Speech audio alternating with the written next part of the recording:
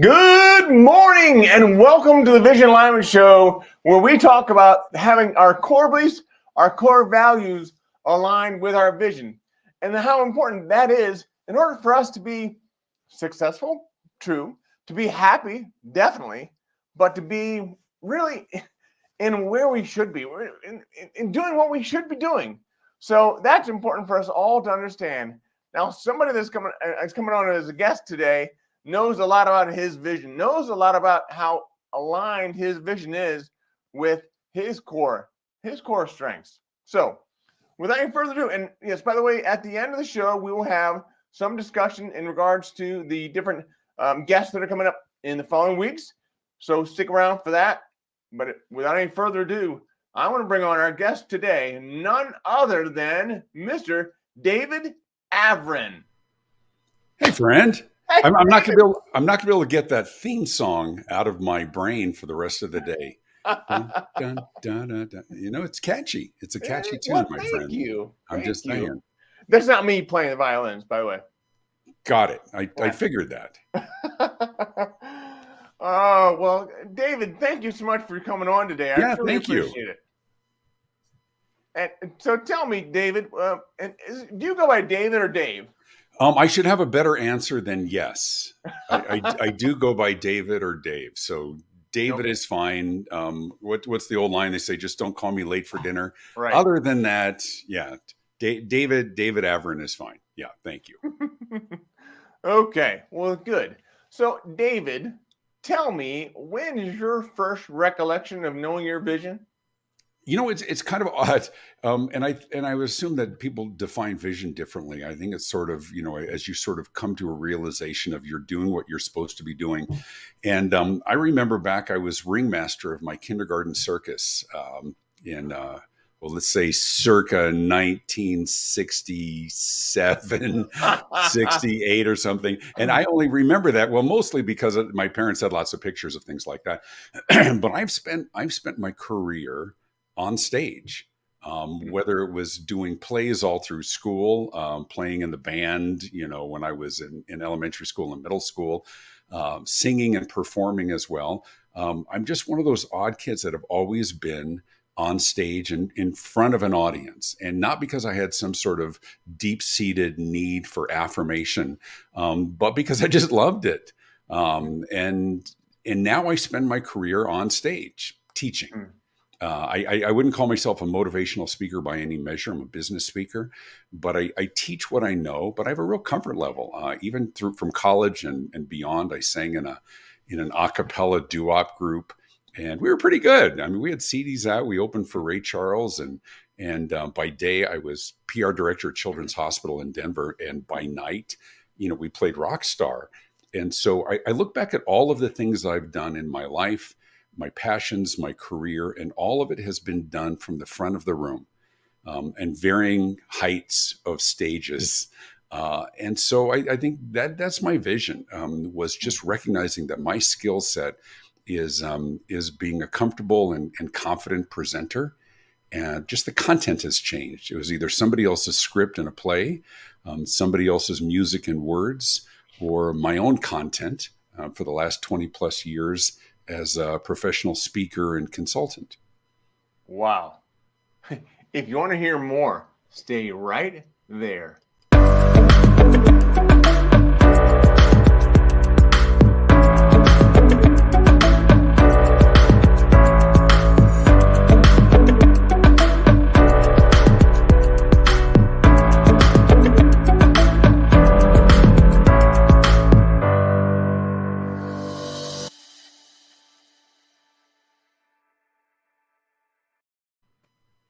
David, thank you so much for that. Dude, That that is was a killer introduction. well, thank Very professional. Like let's roll that again. you.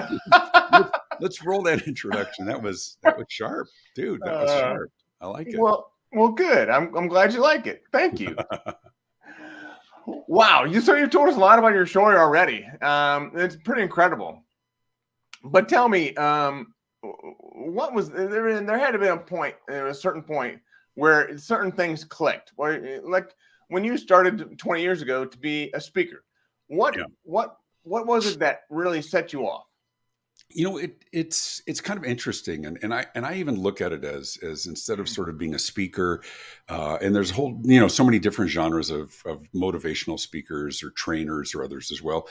For me, it was just teaching what I know. I spent 30, 40 years in marketing, branding, and after 10 years working within hospital systems, doing public relations and marketing and helping to sort of communicate the message of the institution. I spent some years as sort of the spokesman for the Denver City Health Department and others as well. Once again, another variation of being on camera or on stage. But I think it sort of clicked when I got asked to come and present. I would go teach a summer class at one of the universities, or I got invited to my first National Speakers Association event.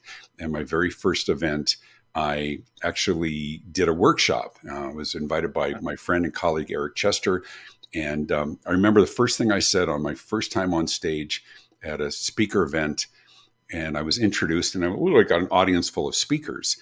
And I got on stage and I said, so I was talking to my dad this weekend. And I said, he said, what are you going to do this weekend? I said, I'm actually traveling to Portland, Oregon to go give a presentation, a speech. He says, really, to who? I said, well, it's to the National Speakers Association. He said, let me get this straight. So you're going to go speak to people who do this for a living? I said, well, yeah. He goes, well, you better not suck. And so I told that when I first went on stage, I said, so as you fill out your evaluations as you're leaving today, I'm aiming for did not suck. And of course, if you look at it, everybody wrote did not suck, which was really funny. But that's when it sort of came together. I said, you know what? I'm doing what I'm supposed to be doing. Yeah. But what was interesting is I wasn't teaching speaking, of course. I was teaching marketing. And I was teaching branding. I was teaching how do we communicate our message in an effective way. And just recognizing that what I had done for much of my career, I now had the opportunity to teach others how to do what I've done for clients. That was a pivotal moment for me. And let's just say that was, I left my firm shortly after September 11th. So this was probably late fall 2001. Huh. And the world was falling apart. Travel had stopped because we were still recovering from September 11th. Mm-hmm. And at the same time in my marketing firm, I had 6 clients go bankrupt, owing me a tremendous amount of money. And I just thought, this is not fun. And I discovered there's another way to monetize my expertise and my content. And that's really when it all came together. Wow. That's a great story.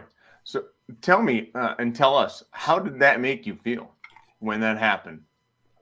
You know what? That's a great question. I felt like I was home. Isn't that kind of odd? And it wasn't really the sense of community. I think that came later. Because as they say, there are no office buildings full of professional speakers. We have this interesting dichotomy. We might be in front of hundreds, if not thousands of people.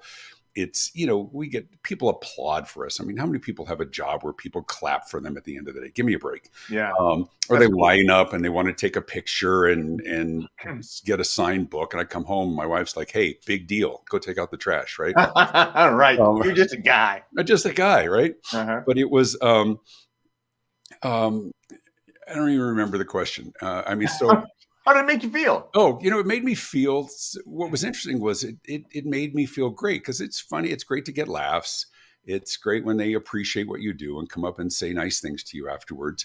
And as I said, the community came a little bit later. So a few years later, I started really, knowing the people and realizing that once a year, a couple of times a year, you get together with at the gathering of the extroverts, where you and I have had conversations in the past as well. Yep. What I was going to say is this interesting dichotomy. We're on stage, we get, applause and lots of affirmation, and 98% of our time we are by ourselves. Mm-hmm. going back to the hotel, or we're having dinner, or we're in the Uber, or we're on the flight. It's not complaining, but it's just an interesting dichotomy. But for me, that it made me feel, and still continues to make me feel, great. I love doing what I'm doing. It was difficult doing it on a webcam for 19 months during COVID, but it's great to be out traveling. I've done 31 in-person events since August, Wow. and it is beyond phenomenal. My wife is incredibly grateful for my absence. And so we have a wonderful relationship because I'm gone on a Mm-hmm. regular basis. That's okay. What's the old line? How can I miss you if you never leave? Right? There you go. So tell me, what do you think the biggest factor to your success has been? I think it's clear. I'm a confident and articulate, comfortable presenter. I think it's a great skill set to have. I'm fortunate that I'm one of those people always talk about, their top 10 fears, right? And number one is always public speaking. Death is like seventh on the list or something else. But I guarantee you in Ukraine right now, nobody's worried about having to stand up and give a speech. Right. So when you talk about real fears, it's just a lack of comfort. But because I've been on stage my whole life, I love it. People ask if I ever get nervous, and I'm like, no. But I say, do you get nervous when you go to work? No. Right? Do you get nervous when the phone rings because you don't know what you're going to say next? No. So that's, for me, it's really sort of a convergence of the talents that I have. And of course, ultimately it comes down to the content. You can be a confident and comfortable presenter, but you have to have something to say. And so that's where I spend my time. I don't spend my time on work, 3-day workshop on hand gestures and wonder why the phone doesn't ring. There's a lot of misinformation in our profession. My time is spent on content, on making sure that I share something that's needed and relevant and actionable, so that I can work. And I can work next year and the year after, because my kids apparently need to eat every day. Really? Who knew? Ha! Who Shocking. knew? People are like, yeah, I took a few months to kind of figure out, I got 3 kids' college I'm paying for here. Yeah. I do this for a living. So anyway, there's the long answer to your short question. Well, tell us, what are some of the biggest challenges or obstacles you're still working on? You know what? I think the biggest challenge is sustainability and predictability of income. Anybody who's a gig worker, and it certainly came home in a really significant way during COVID. You look at some of the professions, anybody who made their living having to do with travel, conferences, or being on stage, right?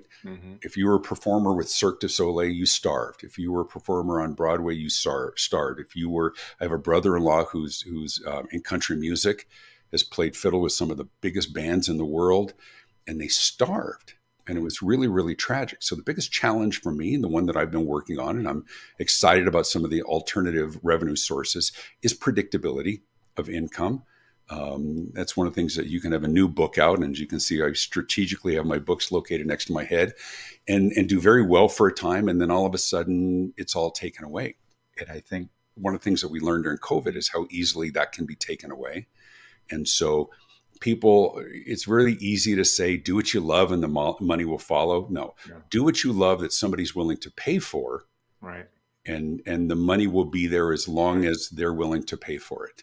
Yeah. And so that's the biggest challenge. It's just creating predictability and sustainability in income. Yeah, very true. Good point. If you're listening to this live, please put a hashtag live. If you're listening on replay, put a hashtag replay. Again, let us know where you're coming in from. That would be helpful as well. And put a comment in the comment section. Put your credit card number in there as well. Be sure to include your PIN and where you keep that spare key. Right. Underneath the rock by your front door. There you go. Winning lottery numbers, you can share those as well. Anything. Yeah, that's what I'm saying. Right. We're speakers here. We are. We're clearly shy. Right. Exactly. I'm gonna give you the floor for a little bit, but the next question that I want to ask you is, what does the next level of success look like for you? Well, I think the next level of success, it comes in a couple of different ways. One is what I said before, which is some measure of predictability, creating sustainable revenue model. There's lots of ways. We've been saying this in our profession for a long time. We're not selling speeches, we're selling wisdom. And that wisdom can be delivered across a variety of platforms, right? With books or training or other things as well. But I think the other level of success comes from having a wider audience and some measure of celebrity, right? I mean, that generates higher fees. There's a difference. I remember talking with my colleague Mark Sanborn many years ago, and there's sort of a difference between writing a book and writing the book. Right, the book is the one that's captured the public's imagination. The book is the one that that becomes part of the public lexicon and quotes that become part of the vernacular and a measure of celebrity. I'm good at what I do. There's a lot of people who are good at what they do. I'm not a celebrity. I'm not a household name. The people who know me well.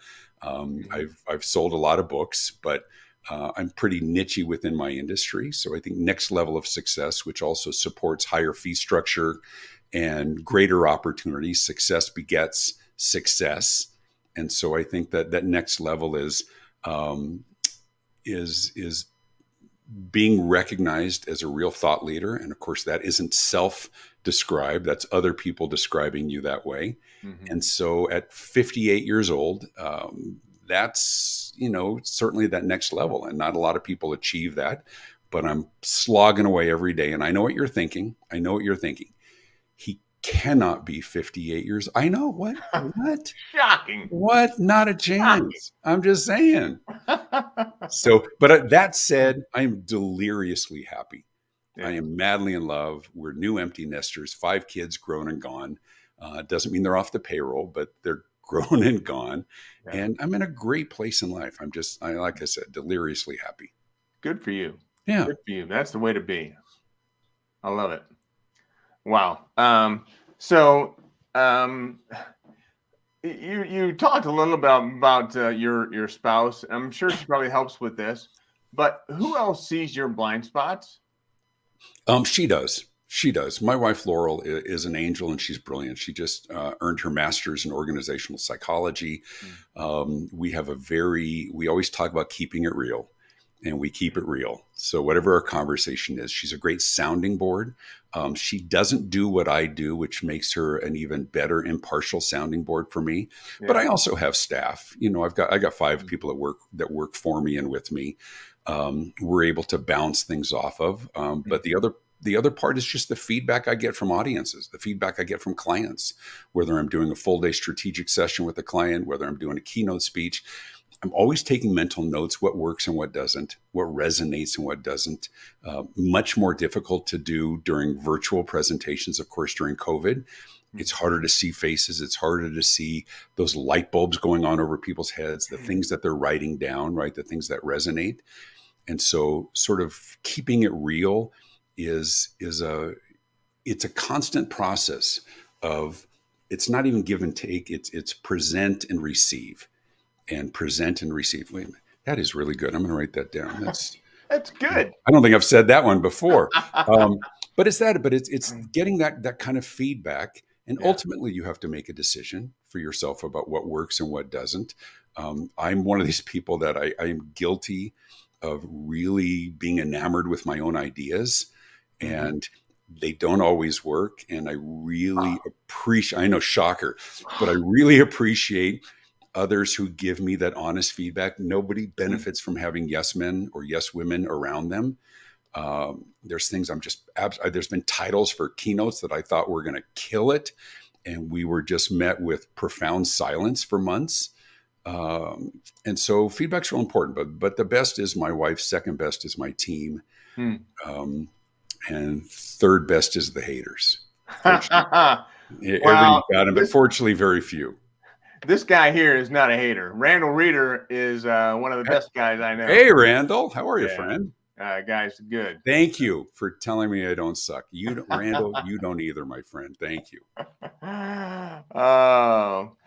Well, so you talked a little bit about audience and giving and receiving and really listening to them. But there's been times in our lives, I mean, your lives as well, where you've had people that are different from you.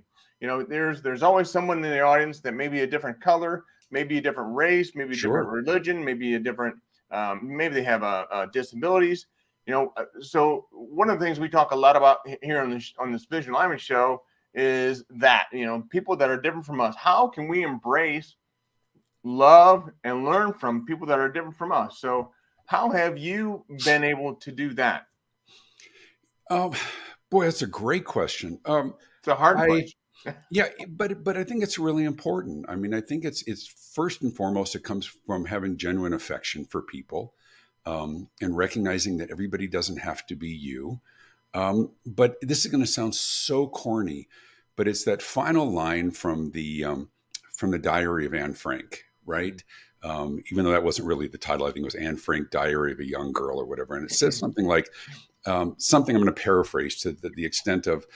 Uh, at the end of the day, what does she say? I think people are really good, right? People are doing the best they can. And it's sort of that empathy of realizing, and I made sure I raised my kids that way as well. It's really easy to mock somebody. It's really easy to say they're this or that, or somebody look at they're nerdy and I'm like, take a step back and think about what they have to go through and the things that they struggle with. That everybody's doing the best they can. And that's sort of my mindset, is everybody's doing the best they can. Now, granted, we're living in a time of really profound vitriol and just this hateful. There was a time when we could talk about agreeing without agreeing to disagree. And or disagree without being disagreeable.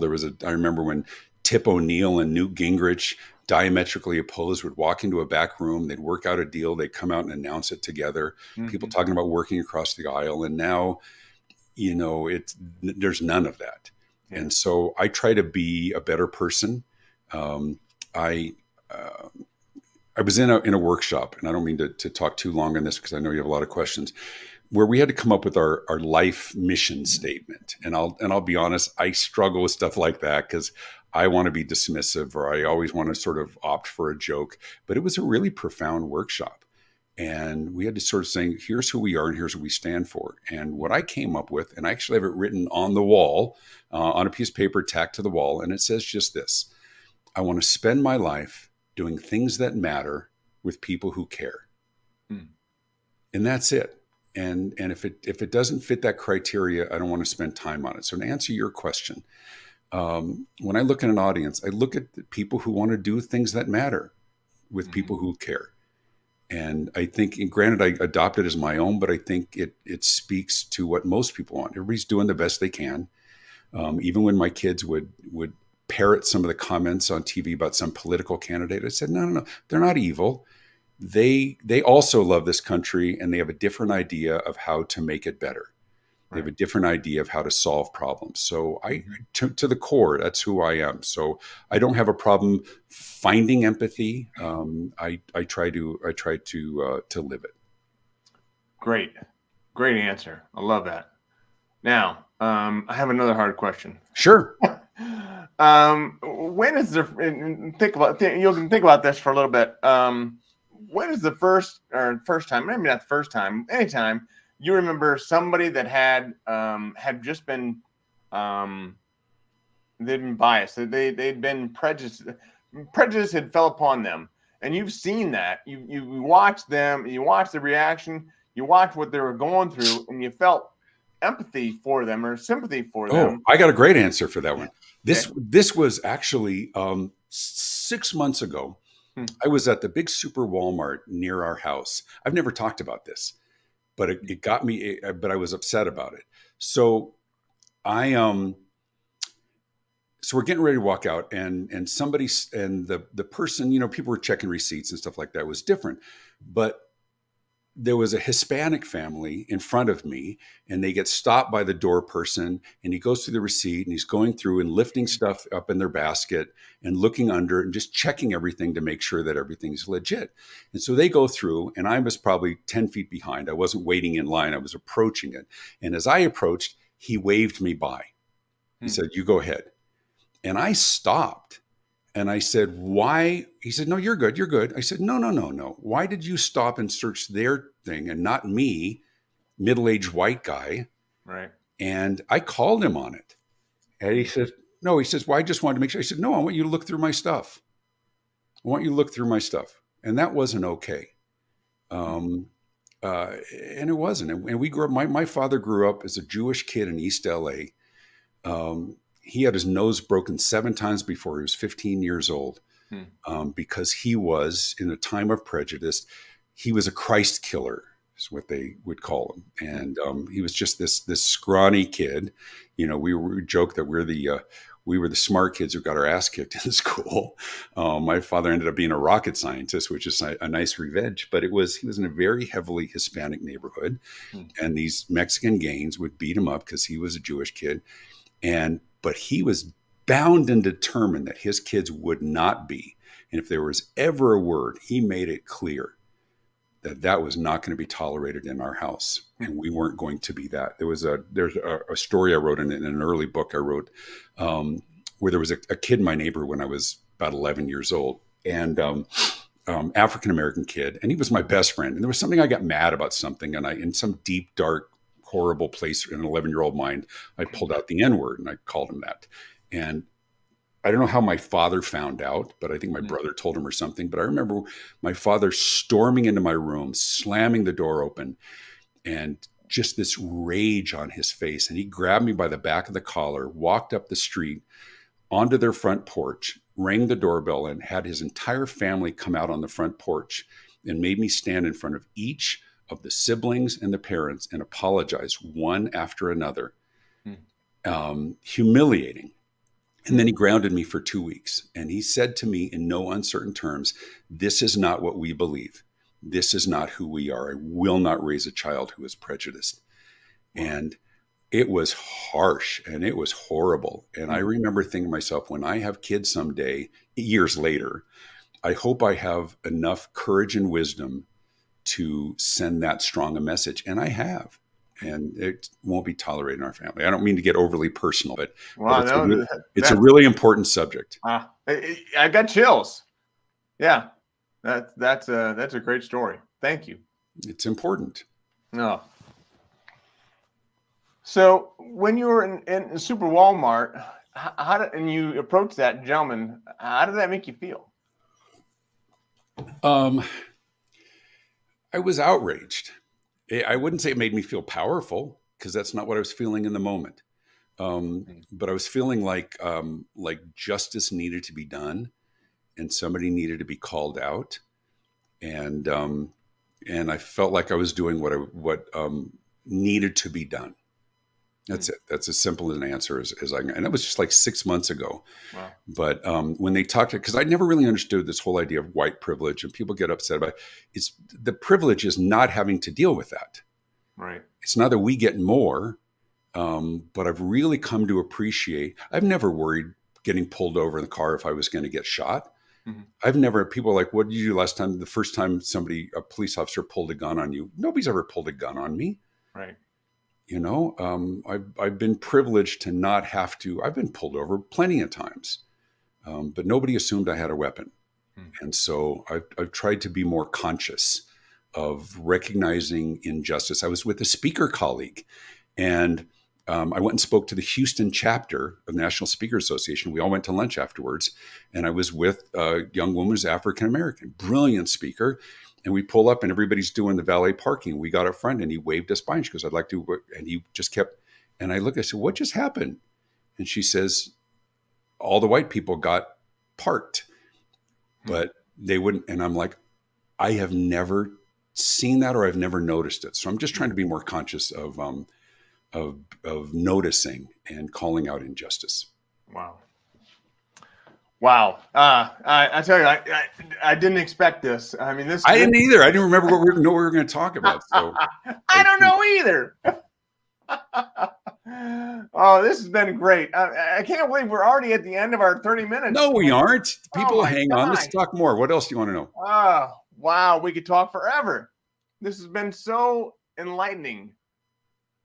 I appreciate you. I appreciate you being on today. You, my friend. Yeah. Well, David, what would you leave our audience with today? If you had something you wanted to leave them with, and I'll put up our My website. website. Right, There that's you one go. spot where they can get some stuff. Oh, I don't know that I want to leave them with anything. I mean, this is your show. I think what's really important, and I think what you've demonstrated as well, is I think it's important is that we talk, and talk without judging. Meryl Runyon has a great line, and she says, "You say what you mean and mean what you say without being mean when you say it." Right? And and I think there's a beauty in conversation. Kudos to you for doing it live, but I think podcasts are important. There was a time in the early part of the internet that people thought that if we have access to all this information, we'd be that much smarter and making better decisions. But because of confirmation bias, we just gravitate towards the things that we agree with. And so I think profound conversation through a filter of kindness would go far in the world. Yeah. Well, hopefully that's what we've delivered here today. I feel that way. And I appreciate you. So I appreciate you, my friend. All right. Well, David, it's time to go. I'm gonna have you go to the green room if you don't mind. I'll hang out. Yeah, you'll hang out, and I'll join you here in a minute. But thank you very much. Thank you, my friend. All right, take care. Oh, how do these shows keep getting better and better? I'm like, oh my God. Oh, incredible. So David Avrin, you look him up, davidavrin.com, and just hear more about what he talks about and how he helps people. Now, we've got a great show coming up for you next week. It'll be the 28th, and that show will be with John Colby. John Colby is phenomenal. He's a great friend, and he has a lot of what he does is based on improv and how he helps leaders to understand how those leadership qualities can come out through the use of improv techniques. There's so much goodness that'll come from that conversation. So I'm looking forward to seeing you there. And I just appreciate you all being on today. But remember, everything, as always, keep one eye on the road. Take care. Bye.